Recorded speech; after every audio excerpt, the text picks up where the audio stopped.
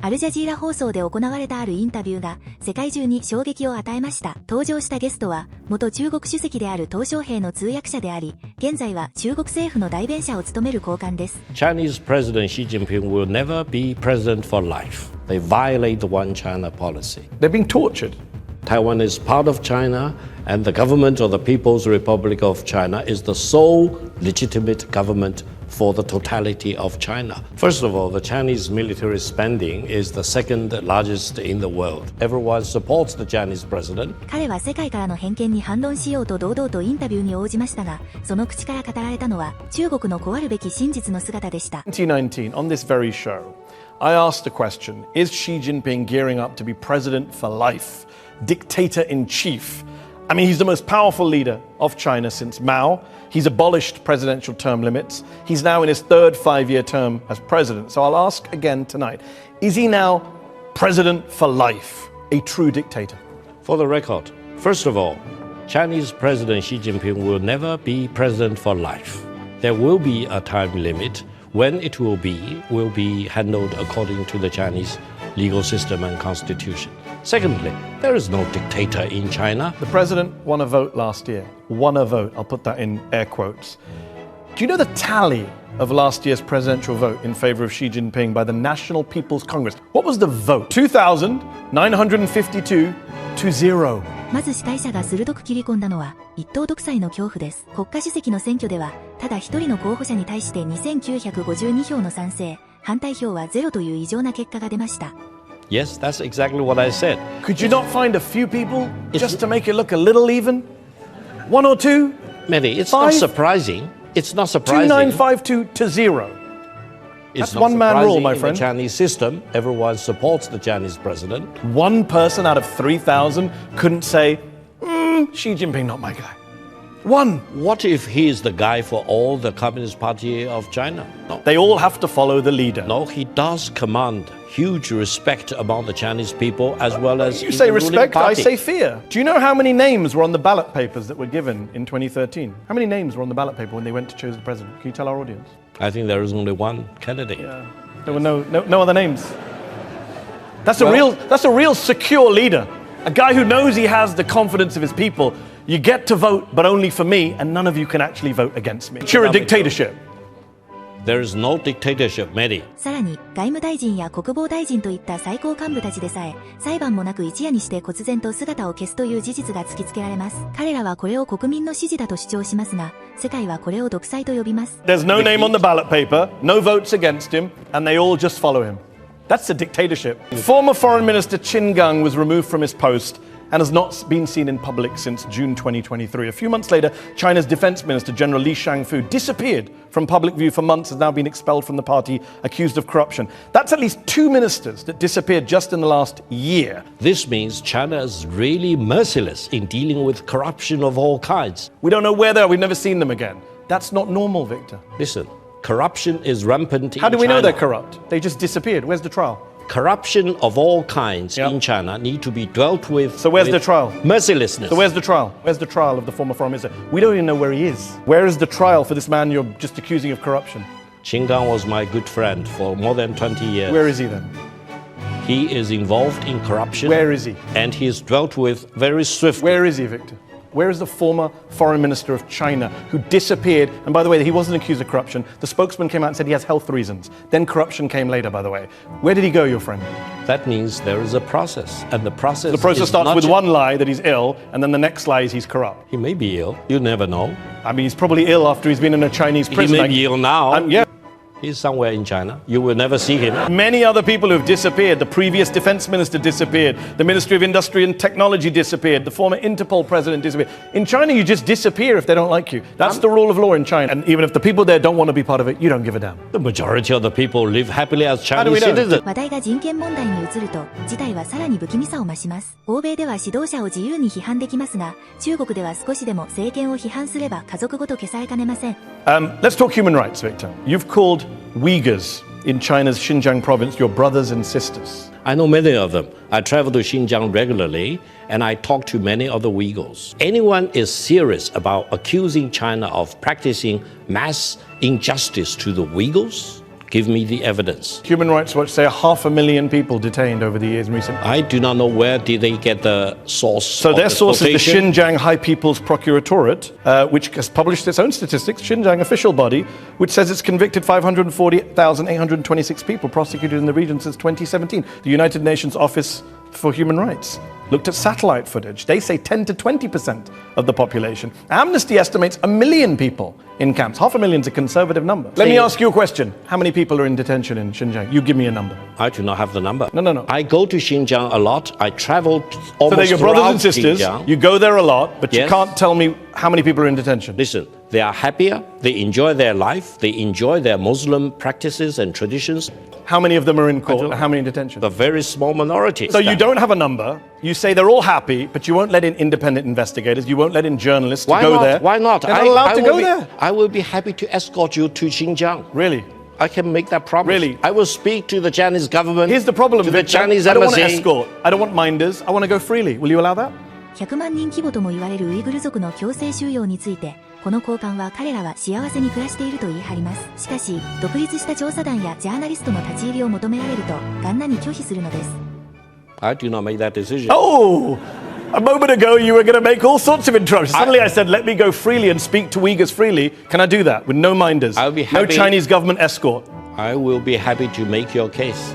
Oh, just now you said you'd organize it. Now we're about make a case. Make you a can't case. guarantee. You are a Uyghur who Victor says, brothers and sisters. Your literal brother has been held in an internment camp in Xinjiang since 2016, I believe. Rehan, tell us what happened to your brother and what is your response to Victor, to what you've heard? My brother Akbar Assad is a prominent tech entrepreneur. In fact, your own media outlet called him a bright star in the tech world. Right before his detention, he was invited on a state gala dinner, and then he disappeared. How could you explain that? According to UN, there's no trial has taken place. He just forcibly disappeared. Actually, it amounts to enforced disappearance. But according to the Chinese government, he committed a crime of inciting ethnic discrimination while he is systematically oppressed. Under the Chinese law, if you're committed with the alleged crime, that you have 3 years sentence, but he got 15 years. How do you justify that? Then they switch the crime. The real crime involved by some of the Uyghur people are agitating for Xinjiang independence. They violate the One China policy. They're being tortured. Numerous testimonies the UN has collected. Are you okay with that? Hold on. As a Victor, the separate accounts country. of detainees include being beaten with batons, electric batons, while strapped in a so-called tiger chair. 158 being subjected to interrogation with water poured on their faces, prolonged solitary confinement, forced to sit motionless on stools for long periods. Like this, you're okay with this? This is the proud Maybe, China? probably you are reading the case in Iraq committed by the American No, soldiers. I'm reading the UN report in August 2022 from detainees who came out of camps in Xinjiang. Your brothers and sisters, but these brothers and sisters you don't seem to give a damn about. And I hope you will tell your brother, be a staunch supporter of One China policy, be a proud I cannot Chinese tell him he's Uyghur. in. When we talk about freedom of speech, for example, in China, I live in the United States of America, where I can say that Donald Trump is a, I don't know, hypothetically, an orange-faced narcissist. I also live here in the UK, I'm British. Here you have Rishi Sunak, the former Prime Minister, was called a pint-sized loser by a Labour politician. No one in China has that kind of freedom to talk about their government, to talk about President Xi Jinping in that way. You can't say anything like that. You wouldn't dare say anything like that because you know what will happen to you when you go home. You know what will happen to your family. That's what China is. Mehdi, if you do anything, write anything, email or chat to your friends about taking any action against, let's say, Prime Minister of Britain, That's not what I President said. of the United States, I didn't say that. you'll be dealt with That's not very what I said. swiftly. Victor, you're a master of In straw man. China- in That's not China- what I said. in- I said Rishi Sunak was called a pint-sized loser. Would you call Xi Jinping a pint-sized loser? Mehdi, each country has different sensitivities. In UK, So you're admitting you can't criticize the Chinese government? No. You can criticize the government if you are positive in your attitude. You can criticize the You- government if you're positive. Yes. Is that the new philosophy? No, if you can come up with your You've got to come up with constructive- nice insults. No. What then? Constructive advice. Constructive advice. You can't What should say be- the president's lied. He's a liar. No, you will be dealt with very swiftly in China. You cannot say that. そして、私たち日本人にとって最も見過ごせないのが台湾有事に関する発言です。口では平和を唱えながらも、中国は軍事費を大幅に増やし、周辺国を脅かしています。以前、この高官は海外メディアに対し、もし台湾を取り戻すことになったら、そこに住んでいる日本にルーツを持つ人々には国家に忠誠の誓いをさせ、拒否すれば追放すると宣言しました。Where is the trial for this man you're just accusing of corruption? He's somewhere in China. You will never see him. I live in the United States of America, where I can say that Donald Trump is I don't know, hypothetically, an orange-faced narcissist. No one in China has that kind of freedom to talk about their government, to talk about President Xi Jinping in that way. You can't say anything like that. You wouldn't dare say anything like that because you know what will happen to you when you go home. You know what will happen to your family. That's what China is. My guest this week is Victor Gao, former interpreter to the late Chinese leader Deng Xiaoping, vice president of the Center for China and Globalization in Beijing, and an ardent promoter of the People's Republic. China has upped its military spending. It's expanding its nuclear arsenal. It now has the biggest navy in the world. Chinese President Xi Jinping has said that the country's military should be capable of, quote, fighting and winning wars, and told the military to focus all your energy on fighting, improve your capability to win. Victor, who do you want to fight? And who do you want to win against? First of all, the Chinese military spending is the second largest in the world, but it is only a fraction of that of the United States. Therefore, China's defensive in nature, is not for fighting anyone except those who want to invade China or to launch a war against China. China's military spending is for peace rather than war. You say it's for peace, but your neighbors don't agree. Your neighbors are pretty worried about you. You go through the list. Japan has sounded the alarm, saying your military buildup is very serious concern to them. India is worried about China on its border. And the Philippines president has warned that China is becoming a more pronounced and worrisome threat, he says. Those are the elected governments of countries representing over 1.6 billion people in Asia. This is not the United States, this is not the West, this is your Asian neighbors saying, we're worried about China. Maybe you mentioned three of the neighboring countries of China. Let's talk about each of them very quickly. Japan unconditionally surrendered not only to the United States, but also to China in 1945.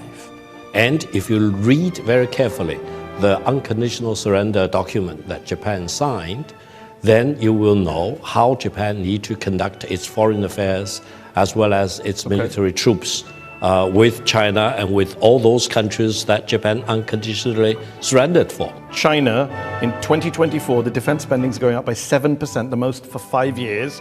You've had 29 consecutive years of military expenditure growth, the most of any country in the world. Since 2022, China has increased military drills around Taiwan. It's escalated since the new Taiwanese president was inaugurated in May. China is not a fan of him.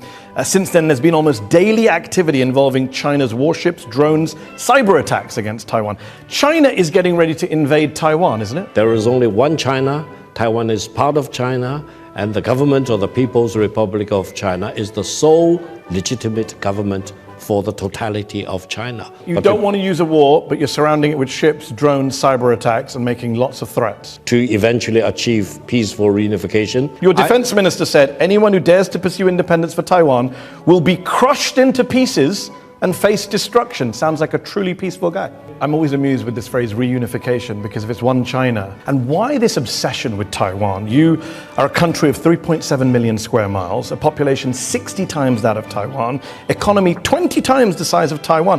Why are you obsessed with Taiwan? Why not just leave them be? Any inch of land is not 1 inch too much. Any one single person is not one person too many.